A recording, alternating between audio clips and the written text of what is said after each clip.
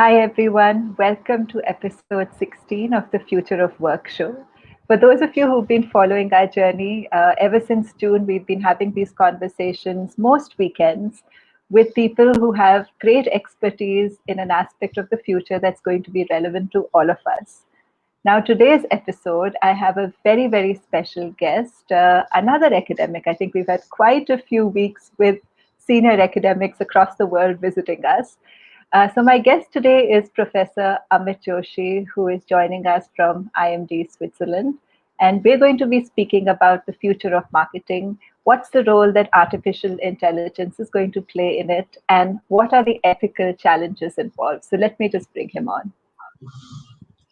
Hello, Hi, everyone. Professor Joshi. Hi, Shalini. Yeah, it's so nice to have you here with us today. Really, thank you so much Thank you for for having me. making the time. Thank you for having me. It's a pleasure. Wonderful. So, can I just ask you, Professor Joshi, how did you get interested in artificial intelligence and marketing as an area? My actual area of research I started working on was time series analysis. So I used to take these really long data sets in marketing and analyze them and try to understand what organizations are doing, whether marketing is effective. I did a lot of work in the entertainment industry, being in LA, I got to interact with those folks. And then over time, as analytics itself evolved, as it became advanced analytics, and then eventually, the whole hype around machine learning and artificial intelligence started. My interest kind of evolved a little bit, and then I thought it's really interesting to try and understand how something like this, technology like this, or developments like this might affect the field of marketing. I mean, is there like a big picture structure? Is there like a framework that we can come up with, rather than just I can apply it here or apply it there. So that's how this whole interest developed, actually. Well, you couldn't be in a more topical area, to be honest, because wherever you go, today there's a conversation around the use of artificial intelligence, machine learning, analytics, perhaps not while completely understanding what each of these words mean. And I know that you and your colleagues at IMD have written a little bit about, what really is artificial intelligence and where does it different from, advanced analytics or machine learning. And, one of the things I'd love for you to do is just help us understand what gets characterized as artificial intelligence. So look, I mean, it's actually a very confusing term in many ways, right? I mean, so first of all, the idea of artificial intelligence has been around with us since the day we invented computers. So since the day we invented computers, we said, one day we're going to replace the human brain. One day we're going to replace human beings with this device that we've just invented, and it's fascinating, right? So in the '60s, there was a time, actually. There's a very famous interview which is available somewhere on YouTube in black and white. You can go and see, and the scientists, and these are really, really smart scientists who are working on this, and they say, 3 or 4 years, in another 3 or 4 years, we've got this. We're going to replace humans. This is the 1960s. Humans are going to be completely obsolete. We're going to crack this. And of course, we know that didn't happen, right? So artificial intelligence is a very general idea. It's an idea of machines that can do things like humans. It can do human-like tasks. So if you want to take a very general definition, even the calculator in your pocket is artificial intelligence, because it can do multiplication, which only humans can do, for example. But I think we all realize that that's not intuitively what we are talking about when we talk about AI. We are talking about, in general, machines that can think or machines that can learn, right? But if you want to say about machines that can think, they don't need to learn. I mean, I can go in and tell a machine exactly what the machine needs to do. And this is how we tried to do artificial intelligence, quote unquote, in the olden days. The olden days being the '80s and '90s for the most part. I go in and I literally give the machine millions and millions of instructions, saying, if this happens, then do that. And the thought was, then if I give you enough instructions, eventually, it'll start doing the things the brain does. Because at the end of the day, that's what the brain does. If I see fire, I don't touch it. And if I see water, I drink it. Those kinds of things. It's an if-then kind of a functionality. But what we realized very, very quickly is that that's simply not possible. There's a lot of things that we do in day-to-day life, which we ourselves cannot explain how we are doing it or how we come across the result. And a classic example of that that's given in this field is recognizing your own mother. right? So I come to any of you who are on the show, and I ask you, can you recognize your mother? And say, of course, what kind of a silly question is that, right? Little babies can recognize their mother. And I say, okay, write me a step-by-step instruction guide for recognizing your mother, and that's impossible to do. Yeah. We as humans cannot explain why we do something, but we do it. Mm. As a matter of fact, think back to your day-to-day life. Okay, think back to how many things you do without just thinking about them. And we call it common sense, we call it intuition, whatever. We can use whatever word you want, gut feel. But at the end of the day, we can't explain why we are doing it, but it's the right thing to do. Riding a bicycle. I mean, can you write me instructions to ride a bicycle that I can read and start riding a bicycle? The answer is no. You can write instructions, but I can't ride a bike or swim. So that's where this concept of machine learning came up. So again, this is not a new concept. It's been around since the 80s, at least. There were a few problems in the 80s, which was basically we didn't have enough computing power and we didn't have enough data. So we couldn't run machine learning, besides small Mickey Mouse type problems. So the last 10 years, what has happened is we've have enough computing power and data. That's it. That's the only magic ingredient. And now we can learn machine learning. So what's the difference with machine learning? So machine learning is not artificial intelligence. Machine learning is one technique that we try and come closer to this idea of artificial intelligence. Like I said, there are many other techniques, but machine learning is just the coolest technique in the last decade or so. And what we do with machine learning is we say, okay, I will not tell you, machine, I will not tell you how to do something.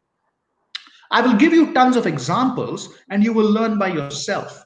So the underlying algorithm in machine learning is a learning algorithm which converts examples into patterns. So for example, I don't need to tell the machine what my mother looks like. I just give the machine millions of photographs of my mother. And then when the machine sees one more photograph, it says, oh yeah, with an 89% probability, I think this is Amit's mother or not Amit's mother. So I have not told you how to do something. I've just given you millions of examples and then let the machine figure out what is common amongst those patterns and then do the same pattern recognition outside. So it's just a pattern recognition superhuman, right? But that's machine learning. So machine learning is one way that we are trying to do artificial intelligence. But in the recent times, it has been the most powerful way, and it has really demonstrated some interesting things in the lab. So those two things are not really the same: artificial intelligence and machine learning. I think in one of your recent articles, you spoke about a lot of software which gets sort of termed as artificial intelligence is, in fact, advanced analytics. So, would you just speak a little bit about, how that happens and how, as a wise business consumer, you understand what is what? You're right. I've written a little bit about this. There's a temptation today, especially since AI is a really hot term, to just slap the term AI. It's like in the 90s and 2000s, just slap the term .com in front of everything, and suddenly your valuation triples or something like that. So AI is one of those things currently. Uh, I mean, people might be doing relatively simple statistics at the back end with no real learning going on, but they can still call it artificial intelligence or machine learning or something because it's a hot term. I like to joke that, anytime you're pitching to VCs, you call it artificial intelligence. Anytime you're really recruiting, you call it machine learning. And when you're implementing, it's statistics. Okay, so that's really what's going on behind the scenes. If you want to know if somebody or if a firm or a startup or a vendor that's pitching to you is really using machine learning, okay, if they're really using machine learning, you should ask them a few questions. So you should ask them saying, okay, what type of machine learning are you using? Because there are three broad types of machine learning: there's supervised, unsupervised, and reinforcement learning. Most of what you see in the field in applications is supervised learning. Where are you getting the data from? Because like I said, machine learning is standing on two legs today. That's it. There's no magic. It's computing power, it's brute force computing power, and it's crazy amounts of data, just crazy amounts of data. So where are you getting the data from? How are things getting updated? How is your system learning? So it's one thing for me to take data one time and set up a system, but it's another thing for the system to then interact with the world and keep improving itself, right? And that's where the aspect of learning really comes in. So how are you updating the system? So if you ask questions like this, you can get closer to understanding if indeed they are using machine learning, or it's just a, for the lack of a better term, a dumb system where I have one time put in instructions and then it's just faithfully following those, right? And Got it. that's a big That's a difference. helpful. That's quite helpful. I mean, seeing whether pattern recognition and independently arriving at judgments, or judgment is perhaps the wrong word in this case, but predictions, shall I say, of a possibility seems to be underlying what would get counted as artificial intelligence. So you work in a field which is, I mean, which is marketing. It isn't technology per se. And you write a lot about how a lot of organizations use tactics, artificial intelligence tactically, but not strategically. What do you mean by that? So what I've seen is, and this is across the world, right? I mean, this is not just in Europe, for example, where I'm based, or US, where I was, or Asia. I've seen this across the world. What happens is, executives or managers, they really like this new toy that they have, which is machine learning or these new techniques, and then they go about trying to find out, saying, okay, what problem can I solve with this? So, okay, oh, this is a cool thing. Maybe I can do some advertising with this. Maybe I can use this for recruitment. Maybe I can use this for this, that, the other. There's really no big picture plan. There's no big picture goal at the organization level or the company level or the strategy level as to how I'm going to use it in a consistent, steady way so that it benefits the entire organization. Right? It's firefighting. Saying, okay, I have this pressing issue. Can I throw machine learning at it? Let me try. Let me try. Maybe machine learning will work because I've heard it's cool, right? Or something along those lines. So what I've really found is that there's really no thinking as to what are the big picture type of problems for which I can do this. What do I need inside my organization so that not only do I use this system to solve these problems, but the organization as a whole benefits, and I benefit from, for example, the economies of scale and scope that might develop if I apply this across the organization. And then consequently, like I talk about, how does this change my business models? And then what does this mean for, from a regulatory perspective, but more importantly, as far as I'm concerned, from an ethical perspective for an organization? Because, like I often like to say, it's a very slippery slope. And we can talk about this later. So broadly speaking, you've got to think about three things when you're doing this. So first of all, you've got to think about the infrastructure of your organization. This is a big investment, right? This is not a small thing. You need huge amounts of, like I said, computing power. You need data. So you either need to find ways of getting data from somewhere, or you need to have systems of collecting data inside your organization. So think about it. I mean, you can use this for in finance, obviously. So let's say you want to reduce your accounts receivable. You want to use this for purchase. You want to use it for reducing bad loans. All of these are viable applications that have been implemented. You want to use it in HR. Absolutely. You've got to start somewhere. You've got to get the data from somewhere. If you're going to use it in HR, you need to first digitize all the applicants who applied, for example, to your company in the last 10 years. You need to remove all the biases. You need to clean the data, right? You need to get managers to sit down and say, hey, please sit down and code each of these, saying, were they good, bad? Did we call them for a shortlist 10 years ago or not? This is a lot of work, right? It just does not, you can just wake up one day and say, oh yeah, I'm going to use machine learning for recruitment, and it happens. It doesn't work that way. So there's an entire infrastructure, both in terms of technology as well as people, that you need to put in place. Once you do that, then you can start thinking about, how am I going to change my processes? How am I going to change my entire business models? So if I'm in marketing, for example, right? I mean, am I going to completely change the way customers are acquired? Am I going to change the way customers are retained? Am I going to change the way promotion happens from tomorrow? Right? Am I going to change the way new products are being innovated? All of those things. And all of this, finally, you've got to make sure that it happens within the rubric of, am I stepping beyond the line? Because the slippery slope here is that, with these technologies, what you will very quickly discover is that, I can come to you always and say, hey, look, if you give me this one little bit more data about your customers, I can really benefit you a lot. So I can come and say, hey, Shalini, if you can just give me this one small data, your bonus for next year can go up 3 or 4%. And it sounds innocuous, right? I mean, it says, yeah, I mean, Yeah. what's wrong? One more data point at this point. But then it becomes one more and one more. I say, can I also get the medical history of your, and I'm telling you, 10% increase in your bonus, right? And can I also, track your cell phones now? And then can I also see what you're doing here and there and what your kids are doing? And then very quickly we have gone beyond the line without realizing it, because Actually, you since can get these things. yeah, since you're on the topic now, let me speak to obviously a Netflix documentary that is extremely popular, and I know you have watched it too, The Social Dilemma, and that speaks to ethical challenges of yet another kind. Um, what would be your thoughts around, whether because elements of social dilemma are, I guess, what would loosely be called customer.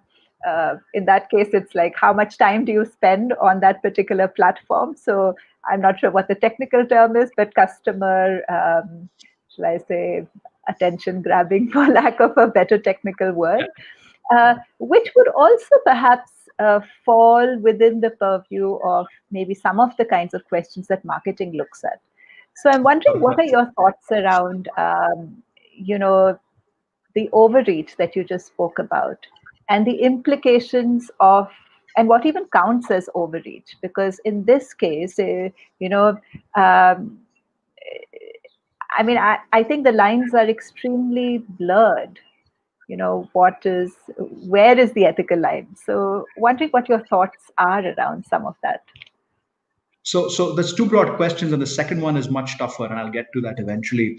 So I think if you want to talk about things like customer engagement, that's absolutely a marketing thing. And at the end of the day, so I want to start off by saying that I don't believe that companies are intrinsically evil, right? Whether it's Facebook in the social dilemma, or Google, or whomever, right? Or Huawei, that there's a lot of noise going on, for example, in the West. Companies are not intrinsically evil. Companies are driven by incentives.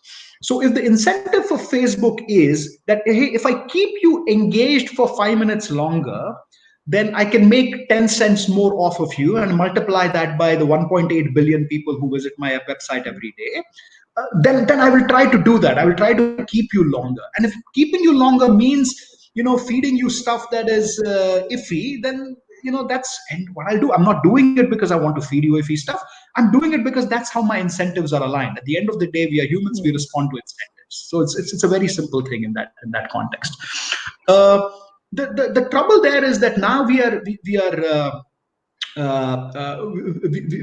under the threat of being essentially governed by 2, 3, 4 algorithms, which basically run our life. Mm. Okay, so the gatekeeper to the internet, unless you're in China, is basically Google. That's where all of us originate our internet. So that's the gatekeeper to the internet. Again, outside of China, the predominant social network is Facebook, and that includes obviously Instagram and WhatsApp. Which is one big happy family in some senses. So it's and if you want to go shopping, again, outside of China, or some parts, it's basically Amazon. So there's 2 or 3, maybe 4 algorithms out there that are essentially running our lives today, whether we know this or not. Whether you're ordering a taxi on Uber or Ola, or what show you're watching on Netflix, or what song you're listening to on Spotify, what you're ordering on Amazon, how much you're paying for it. All of those are run by the same 3 or 4 algorithms, which is slightly unhealthy in some senses. In a very general sense, it's a little unhealthy. So I think there is a need from society, but also from regulators, to try and balance some of those incentives. How we do that? I mean, there's no easy way to do that. Most of these companies work on the famous network effect kind of a model, where my value in the network is dependent on the total number of people in the network. So the reason why I go on WhatsApp is because all my family and friends are on WhatsApp. There's nothing specific about WhatsApp that I like, but if I want to connect with my long lost friends, that's the place where I'll find them. Right. And once I'm on it, I basically cannot leave, because if there's another service better than WhatsApp, I cannot leave because the network is still inside here. Yeah. So it's all driven by network effect. So even if I chop WhatsApp into 2 parts, WhatsApp 1 and WhatsApp 2, eventually one of those two will collapse and they'll again merge. Right, like the Terminator, in that movie. So there's nothing we can do about this. So this is so regulators need to step in. Society needs to decide how to do this. There is really no easy way to do this. Companies by themselves, I don't think, because of the way the incentives align, their honestly speaking, their duty is towards their shareholders, right? That's legally what they are bound by. And their shareholders are telling them, hey, if I can get 10 more cents by keeping Shalini on, I need to get 10 more cents from Shalini. That's how life works. Now, the second part of your question is much even harder than this, because your question was, how do you know you've crossed the line? One rule of thumb that I like to tell executives is, if you're only following regulations, you've probably crossed the line. That's a good way to know, because regulations, especially in this field, especially in things like machine learning, especially in things like any companies that deal with the network effect and platform, are hopelessly outdated, right? I mean, even if they've been set in this decade, the field is moving so quickly, things are changing so rapidly that a lot of the things don't make sense. I advocate for this. I advocate for having a chief ethics officer, like a CEO, but of a different kind, a chief ethics officer, who's really responsible for setting the goalposts and the guidelines within the organization. Because like I say, if you say, yeah, I'm perfectly, which is often, for example, the argument that Facebook makes, saying, hey, we are following all regulations. Yeah, but that's not enough in today's day and age, right? I mean, if you're following all regulations, you're letting hate speech onto Facebook, you're letting fake news on there, you're letting really horrible videos be posted on there, and you're doing nothing about it, because regulations say freedom of speech. You need to have your own internal compass that decides, saying, this is a line we will not cross, even if it means loss of revenue. A principle is only a principle if it costs you something. Okay, it's not a principle if it's on paper. Otherwise, it's just nonsense. And the tricky thing with this is, even within a company, it's going to vary by department. It's going to vary by geography, right? I mean, what's okay in Switzerland, for example, may not be okay in India, or may not be okay in Saudi Arabia, and a company might need to operate in all those places. So even within a company, you might need to have different guidelines and benchmarks all over the place. And again, this is not regulation. Your line probably ought to be well before where the regulation starts, and then you have to have someone responsible for implementing it throughout the company. That's really helpful because last week we had Professor Hoffman join and we spoke about ethics in robotics. And obviously, it's a big challenge there as well. And we spoke about the fact that, technology moves at a speed which is far ahead of society's own understanding of the implications of that technology. And therefore, what might be ways to move ahead. I do like the idea of a chief ethics officer as someone internally who's responsible for drawing that line, since that line itself is perhaps going to be, so dependent on what the organization does, what it wants to do, how ethical or not does it wish to be, and and how does it want to interpret it. So I'm just going to take a few comments and questions. So firstly, hi Vijay, hi Jawahar, and hi Jamshed. Pallav says, from theory to reality, on ground, lots of gaps are there. In reality, it's not data which triggers and everything. I'm sure, Pallav, I'm absolutely sure. If there's a question at the back of it, do add that in. Anil says, Dear Amit, nice hearing you always. Thanks for your talk today. I just want to know all data analysis we were doing for the last few decades, example, market forecasting, all process improvements. We went through data analysis during Six Sigma programs, warranty analysis. Now, how is AI different from what we were doing? Or is it another business jargon? So I think that's a valid question, and honestly speaking, for a huge number of the applications that you actually see, for example, most of the things, Anil, you're talking about, things like market forecasting, Six Sigma, warranty analysis.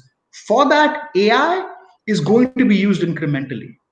Okay, so what AI is going to do, what machine learning, forget AI is a wrong term to use in this context, right? What machine learning is going to do is, it's going to do what you were already doing 10 years ago or 20 years ago. It might do this 10% better, right? There's nothing wrong with this, right? I mean, if for example, if machine learning can come in and it can optimize your supply chain even 3% better, that's going to save you millions. But it's going to do stuff that you were doing already, and it's going to do this slightly better. If you're in finance, you were giving loans for thousands of years, right? I mean, the financial field has been giving loans since the beginning of humanity, essentially. What I can do today is I can give those loans and I can reduce the amount of bad loans, for example.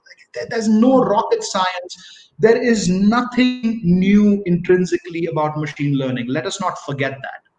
Machine learning is pattern recognition. It is driven by the same statistics we've been using decades ago. As a matter of fact, some of the statistics that's used in machine learning is 300 years old. So some of you might be familiar with Bayesian networks. They were invented in the 1700s. And Bayesian networks is one of the huge drivers underlying machine learning for some of the techniques. And if you really crack open machine learning, what you'll find is all the familiar names that you might be familiar with if you've done statistics. K means clustering, logistic regression, simple regression in many cases. So technologically, there is absolutely nothing new about machine learning. It's just that it allows you to find patterns which was simply not possible before. If you and I are running regressions, or you and I are running logistic regressions or k-means, there's a certain number of parameters that we can consider before our brains will get fried. Right? We just don't have the capacity as humans to do this, but this system can consider thousands and thousands, maybe millions of parameters with no problems, and that's where the strength comes from. Okay, so that's how I would address it. I think that makes a lot of sense. It's the volume of data and the multiple dimensions along which, the technology has the power to, seek patterns, which is beyond our own personal capacity. So let me then ask you, Amit, because a lot of leaders today, organizational leaders, business leaders, or even marketing leaders haven't necessarily grown up with, artificial intelligence or advanced analytics being part of their vocabulary or repertoire. Now, if you were say a business leader, what would you think are some very reasonable questions which a CMO or someone in that capacity can think of answering better through artificial intelligence than perhaps any of the other tools? So broadly speaking, we can categorize, the types of problems, if you will, that machine learning can be applied to in marketing, specifically in marketing. We can classify them into three types. So the first one is deals with what's known as bounded rationality in science, which is that our brains can only make sense of so many things at a given time. We have limitations in our brains. The smartest of us even have limitations in our brains, but machines have. It's not like they don't have limitations, but their limitations are significantly lesser than ours. Like I said, they can consider thousands of factors. So, for example, when you're running an advertising campaign, if a standard system or a standard team of managers can only consider a few dozen factors, a machine could consider thousands, maybe millions of factors that are going on. It could even consider saying, hey, when this ad ran, what was the temperature and humidity, and when you saw this ad, and what was the ambient lighting, and maybe that affects how that ad affected you. Who the heck knows, right? This is something that we would not even think about, but this is stuff that machines can do. And you can use this for incredible things like fraud detection, for example, programmatic advertising, acquiring customers, like I said, retaining customers. So fraud detection is a way of retaining customers for banks, for example. If I'm faster than anybody else in detecting fraud, I cut down on it. It reduces my cost. It makes it easier for me to retain customers. You can find strange things. So, for example, using these kinds of techniques, we find that if you're using a mobile device, and the typing speed on a mobile device is faster than normal, it's probably some fraud that's happening. It's probably not you that's typing. We would never have figured these things out manually, right? These patterns can only come up because of some kind of machine learning kind of things. So that's the first application, which is finding inference in massive data, which we could not do yesterday. And again, there is tons of applications of that. The second kind of application with this is it's a changed perspective on risk. So if you really think about risk, a lot of risk arises because the forecasts that we make are uncertain. Now, what we are saying is that so obviously not when something like COVID is striking, but under a normal run of the mill situation, you can make significantly better forecasts than you could do previously. Whether it's for new products, whether it's for new campaigns, whether it's for new individuals that I want to hire in my organization, or new instruments in finance or something like that I want to bring about, I can do a significantly better forecast. So the element of risks attached to innovation is going to go down. right? It's not going to become zero, but the element of risk attached to innovation is going to go down. So I suspect what we're going to see is we're going to see a lot more micro incremental innovation, a lot more new product launches, and this is going to make the world much more competitive place, right? I mean, the level of competition is going to go up even more. And finally, the huge, and this is slightly controversial and goes to my point about ethics. The huge role of ethic of machine learning is in contract enforcement. So if you really think about how contracts have been written up and enforced basically throughout history, the underlying principle is that I cannot observe how much effort you're putting in. So what I do is I observe the outcome. Okay, so if I'm an employee of IMD cannot really observe what I'm doing in my office 24 hours a day and at home 24 hours a day, right? So they say, hey, look, what we're going to do is we're going to see the outcome that you have in your courses, what people think of you, and those kinds of things.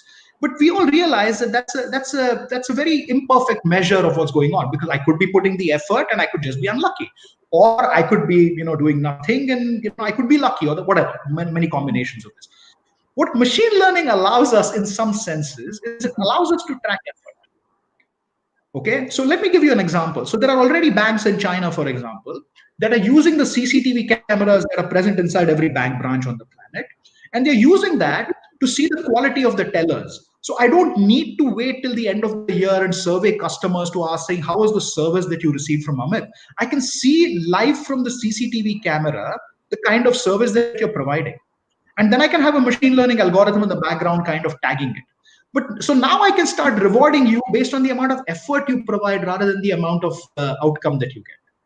And that, if you think about it, changes a lot of things. It changes how organizations are designed, because all our incentives, all organizations are designed around this idea of outcome-based structures rather than input-based structures. So that's a huge change that's possible. But obviously, ethical Yeah, issues. yeah. I think the first two are perhaps a little easier to work with. Uh, you know, the understanding of risk very differently, the possibilities of innovation, the seeing patterns with variables you didn't even think of because there was perhaps no reason to. Uh, the third one seems to be in the realm of surveillance almost. So I can see that it's a pretty tricky slope, which you yourself speak about, that the lines are, I mean, we don't even know where the lines are for the most part anymore. And it's technology's ability to allow us to do things like surveillance is increasing so rapidly. And in the lockdown, in fact, many organizations have experimented with some of these surveillance like technologies to track effort amongst employees, to see how much time is actually being spent on machines, etc., etc. So yeah, I think that's a really, really tricky one. Any examples, Amit, of places or organizations which you think have a really good strategy for the use of AI in marketing, and what are the kinds of questions that they're using artificial intelligence for? So let me give you two examples. The first one is actually an example of something that you just mentioned, which is this tracking technology and surveillance, which I think, and I want to give this example because I think it's a positive example, right? I mean, when we think of this, we naturally start thinking about Big Brother and, oh yeah, these things might happen in China, but it's never going to happen anywhere else in the world kind of thing. But I think, used in the right way with the right intentions, this thing is powerful. So I'm working with a very large construction company. It's a massive construction giant worldwide. And what they realized is, based on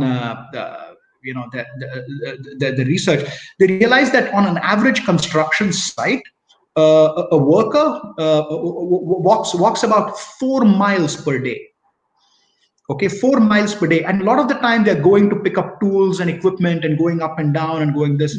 And there's two problems with this. First is obviously safety and hazard, because these sites are extremely, I mean, they're dangerous places to be, right? I mean, and secondly, as a consequence of doing this, because of fatigue or because of whatever reason, you often end up picking up the wrong tool, you often end up picking up the wrong equipment or the wrong part, and you're already on the 7th floor, and I'm not going to go back down again. So you end up putting the wrong parts in the wrong place, which further adds to complications and the integrity of the structure.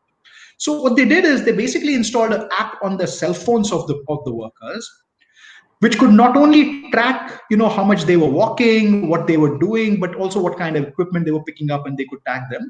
And they managed to reduce the amount of walking by 2 miles. I mean, we basically cut it in half, while at the same time reducing the kind of errors that were being made. Now, if I apply these technologies to something like this, who's not going to be in favor of this? The other huge examples of where this has benefited massively is on oil platforms. Again, incredibly dangerous places to work, right? But what these systems can do, and again, these are wearables, either wearables in terms of some kind of sensors on you, or you can even put it on your cell phone, or you can put it on your watch or something like that. It can tell you saying, hey, you know what? I think you're fatigued. You must take a break now. And they're already seeing reduced accidents and those. So the potential for this is massive. So now to answer the question that you actually asked, which is, are there some organizations that are really doing this well? They're doing this in a strategic way.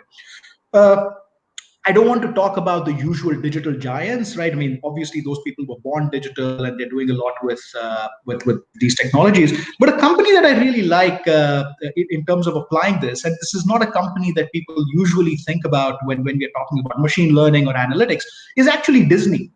So Disney is actually a fantastic company that has a very clear strategy for what it's going to do. Like I said, it has incredible infrastructure in place to do this. As a matter of fact, their analytics group has about 1,000 people, including about 200 PhDs. You would not expect this of Disney. And the kind of implementation that they're doing with this is simply amazing. And again, this kind of sort of goes to I wouldn't call it surveillance, but tracking. But the outcomes are simply amazing. So what Disney did is obviously it's got multiple businesses, but one of its key businesses is theme parks. Disneyland and those kinds of things all over the world. What these folks did is they came up with this thing called a magic band. Okay, so it's just one of those rubber bands that kids wear, we wear. Sometimes we're supporting an organization and we wear a band, but this thing has an RFID chip in it. So the way it works is that if you're going, you and your family, for example, are going to Disney parks, and you buy a ticket, you buy 4 tickets, and maybe you're staying in the Disney hotel, and those kinds of package deals. They will send you a magic band, right? So before your trip is to start, they will send you to your home, they will send you a magic band. And the moment you land up in whatever city you're going to, you're wearing that magic band. That band becomes everything for you. So they will identify you with that band. They will scan you in. They will put you on a bus. They will take you to that band is your hotel key. That band is your park passes. That band is where you can order food and buy stuff while you're in the park. You don't need anything else. And the kind of things I can do with this, because I've got this, I'm now tracking you within the park, obviously, but I know where all the other thousands of people within the park are as well. So I can do things like, you're standing in line, you're waiting in line, and it's a 1 hour line for this particular ride. I can send you, and I know this because of your band, I can send you a message saying, hey, look, I see that you're standing in line for this particular roller coaster. There's a 1 hour line for this.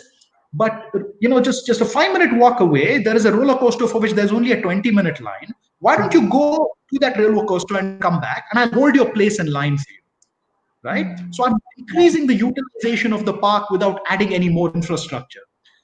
Moreover, I can order food online for my family, and then it can track saying, hey, it's close to noon, and this group of people is walking towards the restaurant. Oh, so it'll send a message to the restaurant saying, get their food ready. So the moment you sit down, within a couple of minutes, hot food is ready in front of. It's literally like magic. And then I can start tracking your preferences. I can know saying, hey, I know from this band that Shalini is allergic to peanuts, for example. So 3 years later, when Shalini decides to take a Disney cruise, I already have that information. And the level of customer service I can provide is just at a different league. Right? So now I'm acquiring customers, I'm retaining customers, I'm reducing my costs, I'm increasing my utilization, and it's just mind-blowing the kinds of things that they're doing. So this was a great example. That was a really good example. That's a really good example. I mean, the first example was, it reminded me a little bit of, the earlier time motion studies and observational studies, which were used for efficiency. And of course, this is way more sophisticated, but at the heart of it, it's the same thing, right? So how do we do this? what we were doing yesterday, but now we can do it much more powerfully. Much better, right? And That's it. I think the second example was a great example, and I had just briefly read about it, but I love the way you told the Disney story of how so many elements of efficiency could be integrated along with the kind of customization we've grown to expect because it's offered by all the platforms we visit. A Zomato or a Swiggy remember our food preferences. Amazon remembers what we Right. like to buy. And of course, Netflix is very good at predicting what we're likely to watch. So let me just take a few more questions. So, Kunal, is it talking about AI and machine learning in corporate? I think so, right? I think Yeah, that's absolutely. yeah. Pallav Joshi, business beyond social media, MSME, no one is emphasizing data. Vatsal says self-regulation is key. Thank you for talking about a chief ethical officer. I actually think that's a really good suggestion, and I think just like this year, you know, in different with different nomenclatures, and a role for helping enabling work from home has emerged. I think chief ethical officer makes more and more sense given the number of technologies that are making their way into our way of work. Uh, Pallav says academics need to bridge the gap between theory and reality. I've worked on both sides, and I can say there's a tremendous scope of integration. Pallav couldn't agree more. I mean, I sometimes like to play that role of a bridge, to be honest, because I think there's so much at both ends that could learn from each other, yet they live a lot of the time in different worlds. I mean, IMD is probably an exception, but for the most part, they live in different worlds. I Um, agree. Sanjay, surveillance is clearly a major driver for the adoption of AI ML across segments of industry. I think that is probably true, explained by Professor Shoshana Zuboff in her book Surveillance Economy. Her views are Good book. radical but true. Yeah, that's an Nice interesting book. Yeah. listening. Papia Hai, Disney is a true pioneer of creativity. True, absolutely true. Influenced by customer insights and customer service excellence through creativity. Interestingly, I think Scott Galloway has been writing a little bit about what he thinks might be next steps for Disney. It's a company which has really been in the news for many of the right reasons, and Yes. this year Yes. in particular. Yeah. I agree. I Uh, agree. Avinash Desai, what will be the application of AI in design and creativity field? Hmm. I think, Avinash, we're already seeing huge steps. So I read recently an article about this advertising agency in Russia. These guys are based out of Moscow, and then over the last year, these guys had this hot new designer, and this designer's designs were all over. Companies were loving it. His ads were all over. Print media as well as other media in Russia until somebody discovered this wasn't a person, this was AI that was coming up with all these designs. So we've already moved quite significantly far ahead in terms of AI doing quote unquote creativity. Now, what's really still happening is it's ingesting patterns from the past and it's coming up with new patterns in the future based off of those patterns with some randomness thrown in. But nonetheless, for human eyes and for human senses, that is as good as creativity. And if you're interested in that, Avinash, I recommend a book called The Creativity Code that talks about this in a lot more detail. It's a brilliant book. Bottom line, there are already massive applications of machine learning. I wouldn't call it AI. I would call it machine learning in the fields of design. Depends how you define creativity, but we are already seeing a lot of creativity, quote unquote, being demonstrated by machine learning. So yeah. Hmm. I think one issue we didn't speak about in the conversation between AI and ethics is, bias, human bias passing on to some of these technologies. Any thoughts around what can be done with that? So there's two broad things. So first of all, this is a major issue. Let's first acknowledge that this is a massive issue. There's two broad things that can be done. The first is at a human level, what we can do is we can try to remove some of the bias, not some, but as many biases as possible, and more importantly, be vigilant for the fact that this can do. Remember, AI is never biased. Okay, machine learning can never be biased. It's us who's biased. right? And we just transfer our biases to this system, and then we say, oh yeah, look, the machine learning is biased. No, it's not, right? That's the wrong way to look at it. So first, identify the biases in your own systems, in your own data, in your own organization, and see if you can fix them, or see if you can identify them. Be at least vigilant.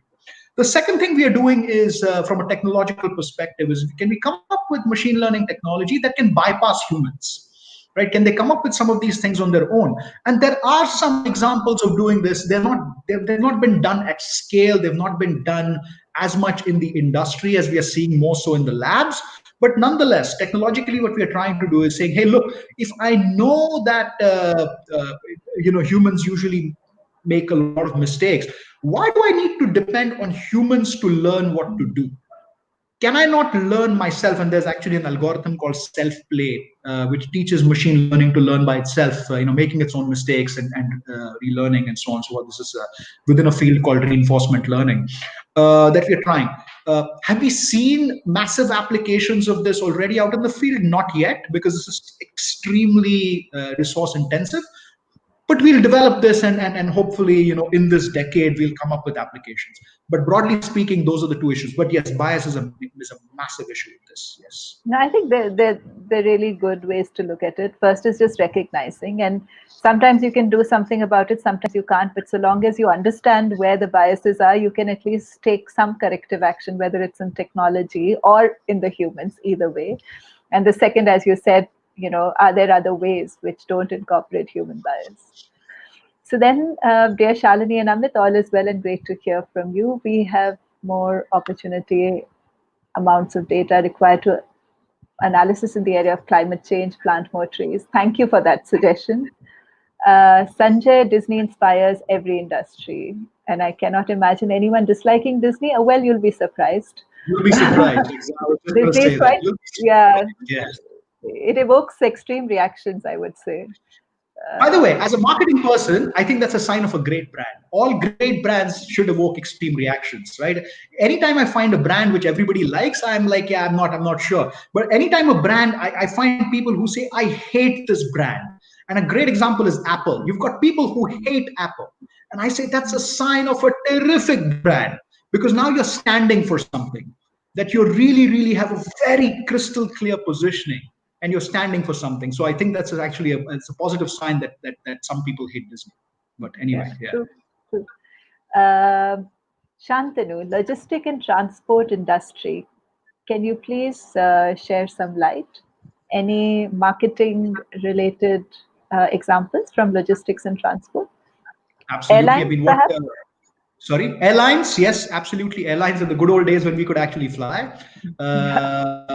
In terms of airlines, what they're doing in terms of retaining customers, identifying the top level customers, retaining customers. And in this context, the airlines are actually learning from the casino industry. The casino industry has been incredible. And they were actually the pioneers in understanding who their best customers are and figuring out ways to retain them, all the way going back to the 80s, before they Hmm. started with hand stuff. That's one application. The other application is obviously in improving the brute force supply chain. Uh, the clear examples in this is the giants, Amazon, Alibaba, JD in China, what those folks have done for logistics. I mean, think about it now, right? I mean, 2 day delivery has become the norm all over the world in such a short time. There's nothing magical about 2 day Yeah, delivery. It's just that Amazon has come in and Alibaba has come in the East. And what they have said is that we're going to optimize our supply chains to the point where we're going to basically kill everyone who cannot do a 2 day delivery. So today, if I see somebody telling me a 3 day delivery, I'm thinking, what's wrong with you? This is so backwards. And they are crunching it further and further, so that definitely in the more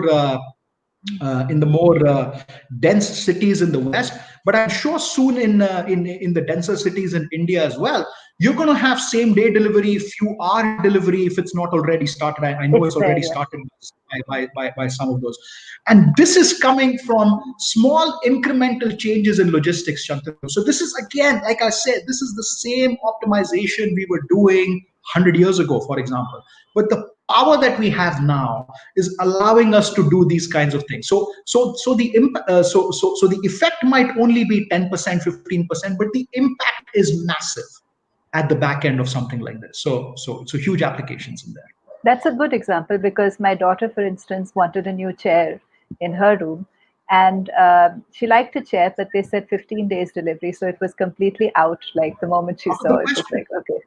Yeah. So, it's true that all of this impacts, who's going to buy? And certainly for young people, 15 days, actually, even for us, 15 days seems like very too much now. I mean, in a lot of cities around the world, and you can think about this wherever you folks live, the entire behavior of how we travel inside a city has changed because of rideshare. Right? Previously, Yeah. we used to think, either I need to take my own car, or if not, I need to hop on some form of public transportation or something, or take a cab or something like that. And now, a lot of places, the arrival time for rideshare in I know, and I'm giving these examples because I know about these cities. So San Francisco, New Yeah. York, those kind. It takes less than 30 seconds for an Uber to arrive, Mm. right? So this has changed the complete behavior of people. People have started walking less. People have started taking public transportation less, right? The layout of the cities is going to change as a consequence. How we where we put our shops is going to change, because if I'm not, earlier I used to say, it's just half a kilometer down the road and the weather is Mm. okay. What the heck? I just walk. Now I say, Mm. yeah, what the heck? I just get an Uber. It takes 30 seconds for an Uber to come. Why do I want to walk? It's completely changing our behavior, and as a consequence, what businesses do. So this is again coming from logistics.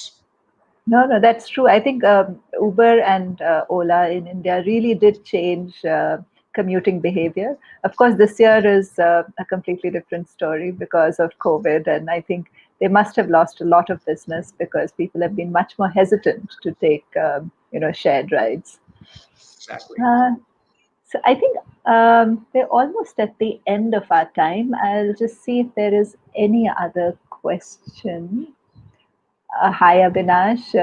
Avinash says, great, thanks. There are a few more comments. Anil, thanks. Sanjay is asking about financial institutions. Any financial has used AI ML to transform financial services, but why are we not finding any company outside China? You've written about this, so that's why I'm going to ask this one question.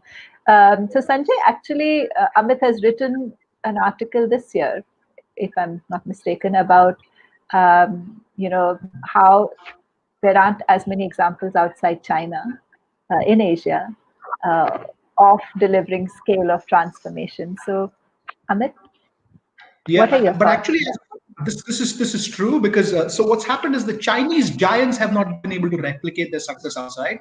But Sanjay, specifically in the financial area, I mean, I work with, I mean, I'm in Switzerland, right? So I work with banks quite a bit, but also US based banks.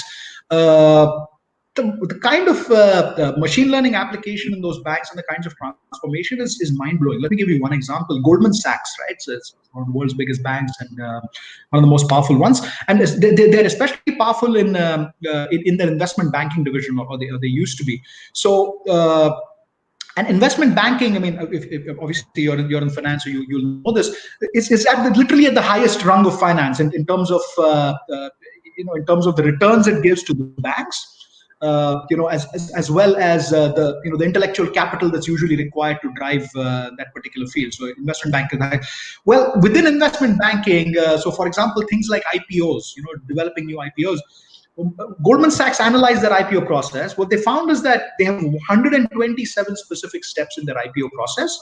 Today, they can automate half of those using machine learning, right? So you are seeing massive transformation of the banking sector right before your eyes. Think about it, money transfer today. So if I have to send any money to India or transfer money to US or whatever that is, I am not stepping inside a bank. I've not seen the inside of a bank in years. I'm using apps. I'm using things like TransferWise or Revolut. For mergers and acquisitions today, you've got an app called Axial, AXIL. It's funny. It's known as the Tinder of merger and acquisition. It's literally Mhm. like Tinder, right? You create a profile of your company, and then it'll use machine learning to find matches for you, and you can swipe right and swipe left. And they actually, now what these folks are doing is they are completely killing massive investment banks whose bread and butter used to be mergers and acquisitions. So the entire banking scene is changing, but this is true even in Asia. I work with massive banks in Thailand and in Malaysia and Indonesia, and the The statement now is banking is necessary, but banks are not, Yeah. and that's what we're seeing all around the world. So Mm. Thank you. Thank you for that. So I realize, Amit, that we're at the end of our time. I think this was really, really interesting. I think there are two, three really big ideas that I'm taking from our conversation today. The first, the big one is that, you know, some of the statistical techniques behind artificial intelligence have actually been around forever. But what has really changed is the scale at which these can be used and the number of dimensions, etc.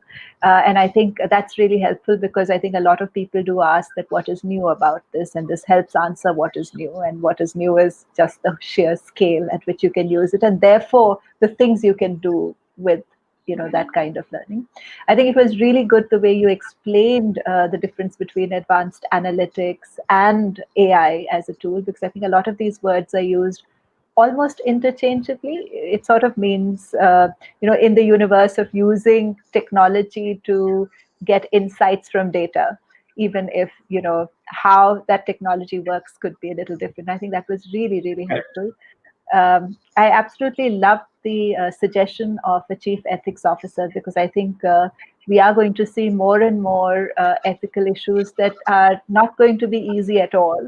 And I think it'll be very hard for regulators to take the entire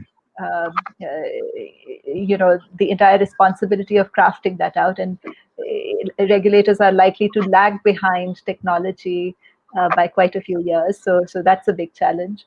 And of course, you gave some excellent examples which spoke about, in a sense, operational efficiency coming together with customer engagement and retention, and therefore marketing. So, it was really, really interesting because it wasn't just about, should I run this kind of a Facebook campaign or that kind of a Facebook exactly. campaign. It's much deeper. It's about how do we design, in a sense, the whole customer experience differently or operational experience differently by using some of the processing abilities which AI provides.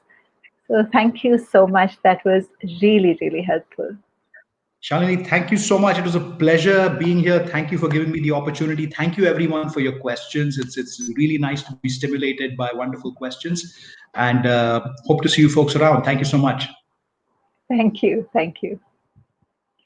So I hope you really enjoyed today's conversation with Professor Joshi. I think he had a lot of really great points. And if you want to read more of what he writes, just Google him and see his webpage on the IMD faculty list. He writes a lot for the MIT Sloan Review as well, which is what I subscribe to. So you can read some of his articles there. Now, we're going to have our next conversation after 2 weeks, and it's on a topic that's actually really, really interesting to me. We have Professor Bob Cullen, who teaches at Anderson, Duke, and Columbia, speak about whether business improv can help leaders respond differently to fast-changing business situations. So it's such an intriguing and interesting thesis, and we're going to ask him questions around how that might transfer to developing leaders of tomorrow. So do join us. A replay of our conversation today will be available on my LinkedIn profile right after we end, and of course on Uncube's website by Monday. So do visit us, and if you liked the conversation, share it with your friends, like, comment, share. And with that, have a wonderful weekend. Thank you very much.